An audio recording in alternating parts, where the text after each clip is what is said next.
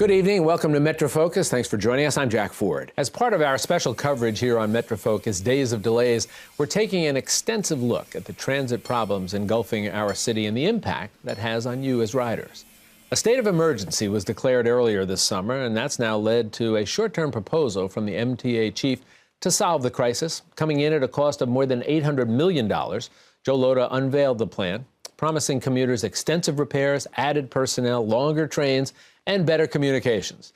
The delays have also attracted the attention of the City Council. The Transportation Committee has announced a hearing for mid-August to address the problems, and we're delighted to welcome the chair of that committee, Councilmember Ydanis Rodriguez, to the program. Councilmember, nice to have you here. Thank you. Us. You and I were just talking a few moments ago, and you had an interesting observation about the size of the subway program here and how it's not keeping up with the rest of the world. Well, first of all, thank you. And yes, the reality is that the MTA is the largest transportation system in the whole world.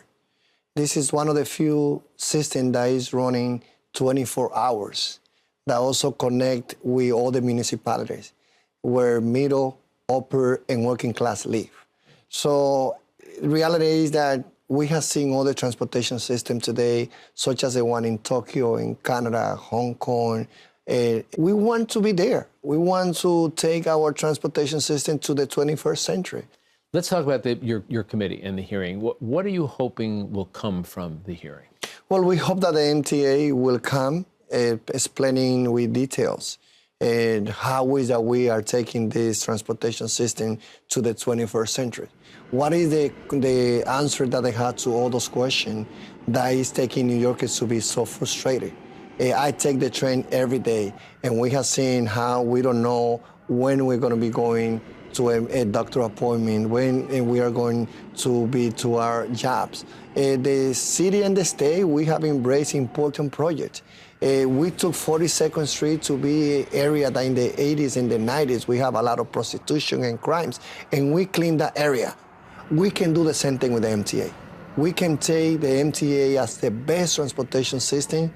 Therefore, on that hearing, we expect to get, answer not only on the plan that Laura put on the table, but also the long-term plan on how is it going to be modernizing the transportation system. Let me talk about the division of powers, if you would, here. I suspect a lot of people are confused because we often see city officials pointing and saying it's the state's problem. And we've seen the governor and state officials saying, no. The city is in on this problem with us.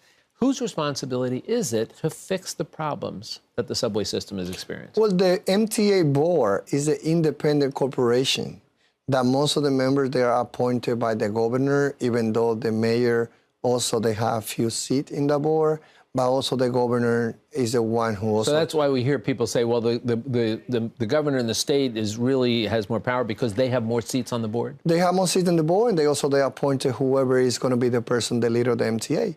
But also when we look at the MTA is not only New York City Transit. It's also the Metro North that connect Long Island, Westchester, Connecticut, and Yonkers.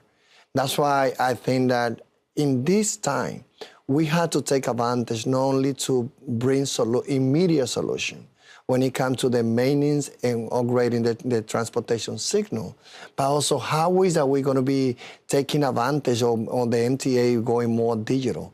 How can we also have more permanent revenue, raise more revenue so that the MTA, they will not have an issue of funding?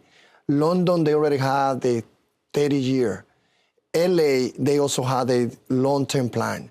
I believe that we should have our 20, 30-year plan where we should say private, public, and private and public sector together, we should be able to raise at least $40 billion that we can say the money there.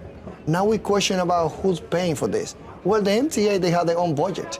The value access of the MTA is $1 trillion. So this is not like a small entity. This is about entity that they should be able also to take advantage of the real estate value that they control, on being more digital so that they can raise more money, to put a plan together where the private sector, they also can adopt stations I think that working together, we will be taking the MTA to the new century. So what you're suggesting makes a lot of sense, by the way, the notion of a long-term plan here. I mentioned in the introduction that Mr. Lota has come up with essentially a short-term plan costing more than $800 million. Do we know enough yet about the details of that plan to be able to assess its viability? Well, they are good. I would say that the plan has good details. The plan will focus right now on the maintenance and the upgrading the transportation signal. The schedule that the MTA has as today to complete the upgrading the transportation signal is by 2045. We have seen how LaGuardia is going through renovation. New Yorkers is saying the Tampa Sea Bridge has been built. We should have a plan to upgrade all the transportation signal in the next 8 years. Well, our hope, Councilmember Rodriguez, again, we appreciate your time here. Our hope is we can get you back after your hearing. Thank you. And I want also to put an exclusive to you, which is that on Thursday and Friday, together with Assemblymember Dinovich, who also chaired the committee, who oversees the MTA and my committee, we are going to be having a 24-hour tours through the train stations. And we're going to be spending Thursday and Friday from 7 in the morning to 7 p.m. stopping in as many train stations to connect with New Yorkers, but also to document the reality of our train station so that we can have a better ideas on how to take this system to where New Yorkers and the tourists they deserve. That's great. We hope you'll come back and you can pass on what you're seeing and you're hearing on that tour. Thank you again for spending some time. You be well. Thank you.